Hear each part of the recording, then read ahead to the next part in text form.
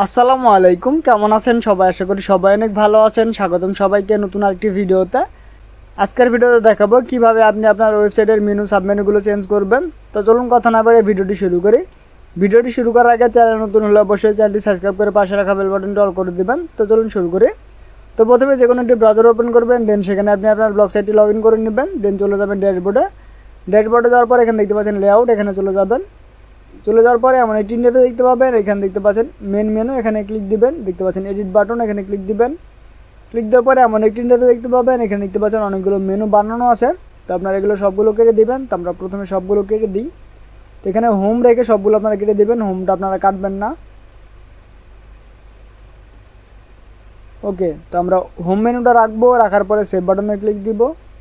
Click দেওয়ার পরে again save বাটনে ক্লিক দিব। ক্লিক দেওয়ার পরে যদি আমরা আমাদের ওয়েবসাইটে যাই, দেখতে পাচ্ছেন এখনও সবগুলো মেনুই আছে। যদি আমরা একবার রিলোড দিই, তো দেখতে পাচ্ছেন আমাদের হোম মেনু বাদে কোনো মেনুই আর নাই। তো আমরা সবগুলো মেনু বানাবো। তো তার জন্য আমরা চলে যাব লেআউটে। যাওয়ার পরে এখানে দেখতে পাচ্ছেন মেনু, এখানে এডিট বাটনে ক্লিক দিব। ক্লিক দেওয়ার পরে এমন একটি ইন্টারফেস দেখতে পাবেন। এখানে দেখতে পাচ্ছেন অ্যাড এ নিউ আইটেম, এখানে ক্লিক দিবেন। ক্লিক দেওয়ার পরে এখানে দেখতে পাচ্ছেন সাইড নেম, অর্থাৎ আপনি আপনার মেনুর নাম কি দিবেন তা এখানে দিয়ে দিবেন। ধরুন আমি আমার মেনুর নাম দিচ্ছি একাডেমিক।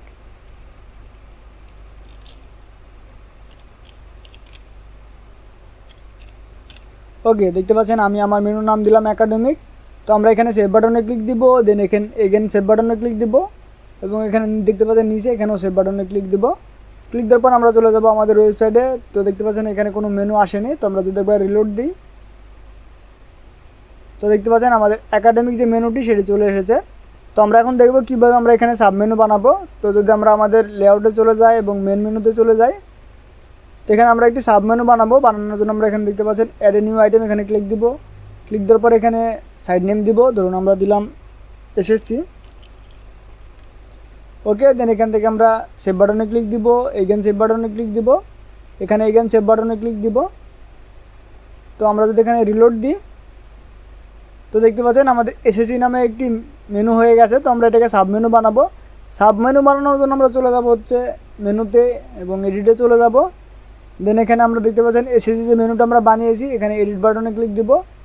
ক্লিক দেওয়ার পরে এটার সামনে আমরা একটা হাইপেন ব্যবহার করব। দেখতে পাচ্ছেন আমরা হাইপেন ব্যবহার করেছি। ওকে, দেন এখান থেকে আমরা সেভ বাটনে ক্লিক দিব। এগেন সেভ বাটনে ক্লিক দিব। এখানে এগেন সেভ বাটনে ক্লিক দিব। দেখতে পাচ্ছেন সেভ হচ্ছে। যদি আমরা আমাদের ওয়েবসাইটে চলে যাই, এখানে দেখতে পাচ্ছেন এসএসসি একটি মেনু আছে। তো আমরা যদি এখানে রিলোড দিই, তো দেখতে পাচ্ছেন আমাদের এসএসসিটি একাডেমিকের সাব মেনু হয়ে গেছে। দেখতে পাচ্ছেন। তো এখন আমরা চাইলে আরেকটি মেনু বানাতে পারবো।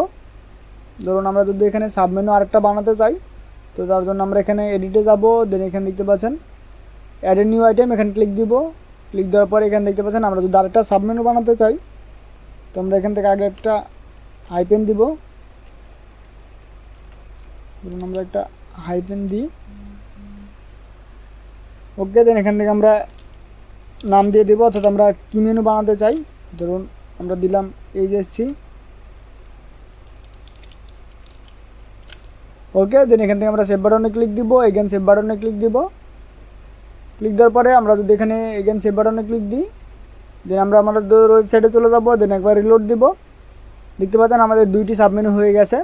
তো আমরা এখন চাইলে এই সাবমেনুর আন্ডারে আরও একটি সাবমেনু বানাতে পারবো। ধরুন আমাদের এসএসসিতে ক্লিক দিলে যেন আমাদের আরও কিছু সাবমেনু দেখায়। তো তার জন্য আমরা ড্যাশবোর্ডে চলে যাব। দেন এখানে দেখতে পাচ্ছেন মেন মেনু, এখানে ক্লিক দিব। ক্লিক দেওয়ার পরে আমরা অ্যাড নিউ আইটেমে ক্লিক দিব। ক্লিক দেওয়ার পরে এখানে দেখতে পাচ্ছেন আমরা যদি পুরো নাম দিই তাহলে আমাদের মেনু হবে। আমরা যদি এখানে একটি হাইপেন ব্যবহার করি তাহলে আমাদের এখানে সাবমেনু হবে। তো আমরা যদি সাবমেনুর আন্ডারে আরেকটি সাবমেনু বানাতে চাই, তার জন্য আমাদের দুইটা হাইপেন ব্যবহার করতে হবে।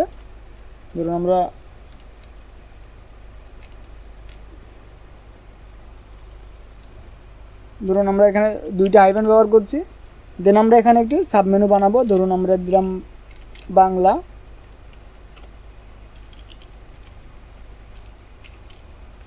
ওকে, তো আমরা বাংলা দিয়ে দিলাম। দেন আমরা সেভ বাটনে ক্লিক দিব। এগেন সেভ বাটনে ক্লিক দিব। এখানে আমরা সেভ বাটনে ক্লিক দিব। ক্লিক দেওয়ার পরে যদি আমরা আমাদের ওয়েবসাইটে চলে যাই, দেন এখান থেকে রিলোড বাটনে ক্লিক দিই। তো রিলোড হওয়ার পরে আমরা চলে যাব আমাদের একাডেমিকে। দেখতে পাচ্ছেন এটার আন্ডারে আমাদের দুটি সাবমেনু আছে। তো আমরা যদি এইচএসসিতে ক্লিক দিয়ে দেখতে পাচ্ছেন আমাদের বাংলা নামে একটি সাবমেনু হয়ে গেছে, অর্থাৎ সাবমেনুর আন্ডারে আরেকটি সাবমেনু হয়ে গেছে। তো আমরা যদি এখন এই বাংলাটাকে এসএসসির সাবমেনু বানাতে চাই, তার জন্য আমরা লেআউটে চলে যাব। যাওয়ার পরে এখান থেকে আমরা এডিটে যাব। দেন এখানে দেখতে পাচ্ছেন এটি আমাদের এইচএসসির নিচে আছে, মানে আমাদের এটি এইচএসসির সাবমেনু। তো যদি আমরা এটাকে এসএসসির সাবমেনু বানাতে চাই, তার জন্য আমরা এটাকে এইচএসসির উপরে এবং এসএসসির নিচে নিয়ে যাব।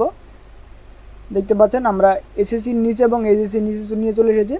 এটা আমাদের এসএসসির নিচে আছে, মানে আমাদের এটি এইচএসসির সাবমেনু। আমরা যদি এখানে এইচএসসির নিচে আরেকটি সাবমেনু বানাতে চাই, তার জন্য আমরা এইচএসসির নিচে একটি সাবমেনু বানাতে পারবো। ধরুন আমরা এখানে দিচ্ছি, দুইটা হাইফেন দিব, দেন এখানে সাবমেনুর নাম দিব। ওকে, দেন এখান থেকে সেভ বাটনে ক্লিক দিব, এখানে সেভ বাটনে ক্লিক দিব। দেন এখানে আমরা এখানে সেভ বাটনে ক্লিক দিব। দেন এখানে আমরা একবার রিলোড দিব। দেন এখানে দেখতে পাচ্ছেন আমাদের এসএসসির সাবমেনু বাংলা এবং এইচএসসির সাবমেনু ইংলিশ। তো আমরা সাবমেনু যার আন্ডারে বানাতে চাই তার নিচে রাখবো।